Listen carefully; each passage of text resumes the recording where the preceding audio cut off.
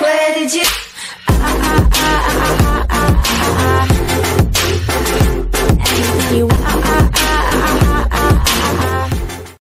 Steve Street Angelo, insane stock market rally due to massive global monetary liquidity. Steve says that massive central bank monetary liquidity helped push the stock market up 20% from its December low. Here are the details. By Steve Street Angelo of SR Sirocco report. If you're puzzled by the magnitude of the stock market correction since late December, you can thank the central banks for the rally. Yes, that's correct.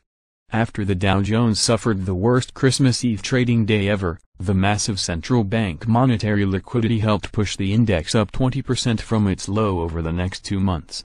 Of course, the markets were due for a reversal as nothing goes down in a straight line, but to see the sort of buying in the face of negative economic news and lackluster earnings means that the inevitable crash will be even bigger when it finally arrives. Now, according to the article, Back to Fundamentals, Daniel Lacalle stated the following in regards to the markets. In 2018 we saw the first drop in global liquidity in more than a decade, and that generated significant losses in financial markets. Since the end of December, stock markets have rebounded strongly because the data, although poor, is not as bad as feared, and mainly because the Federal Reserve changed its tone on the number of rate hikes. The ECB announced that it would be much more accommodative, and the Central Bank of China introduced the largest injection of liquidity in 5 years. In fact, between December 26 and February 15 we have seen the largest injection of liquidity in the markets of the last 2 years, bringing the global money supply to record levels. The two key points stated above were that a drop in global liquidity in 2018 generated significant losses in the financial markets, and the largest injection of global liquidity from December 26 to February 15 brought the money supply to a record level and pushed global stock markets back higher. This can be clearly seen in Lacalle's charts. Thus, as the global money supply jumped by more than $3 trillion within 2 months, the global stock markets enjoyed one hell of a rally.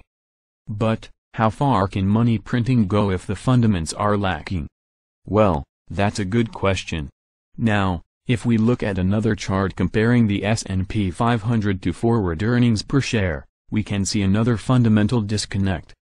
This chart and quote below came from the Zero Hedge article. The profit party is over. Q1 earnings growth crashes, set for biggest drop in 3 years. As the chart above clearly shows, the Fed's dovish flip has made earnings largely irrelevant for the market's near-term direction, as Powell's stated intent to pause hiking and ostensibly slow the Fed's balance sheet shrinkage has taken priority over everything else.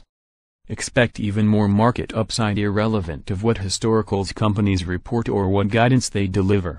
So, the insanity of higher stock prices will likely continue for a while until the markets are no longer able to ignore the increasingly lousy economic data. With that being said, technical analysis still does play a part in providing clues as to how the market will play out. While my forecast of the Dow Jones Index to peak at a lower level was incorrect, I had no idea of the massive central bank money printing that would start of December 26. LOL. Regardless, don't be fooled that the central banks can fix anything. All they are doing is propping up asset prices for a while longer. To get an idea just how screwed up the markets have become, let's look at Xerox.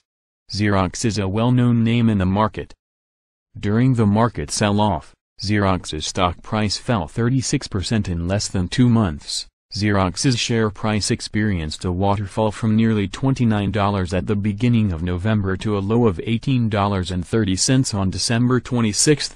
However, due to the Fed's dovish market policy and the massive central bank monetary injection, Xerox's stock not only made up for all of the losses, but it also added another $3 plus to gain 72% in a cool 2 short months.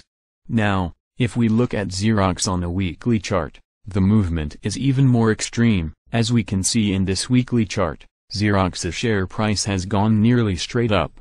Of course, nothing changed all that much at Xerox for its stock price to lose more than a third in a short period and then bounce back 72% in the same amount of time.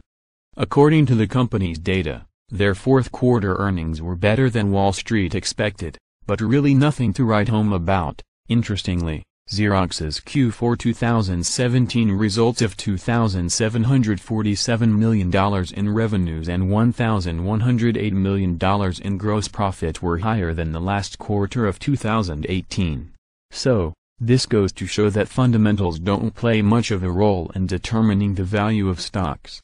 However, as I have mentioned, the technical analysis still provides us with a guideline. Even though market rigging and intervention by central banks is taking place full speed ahead.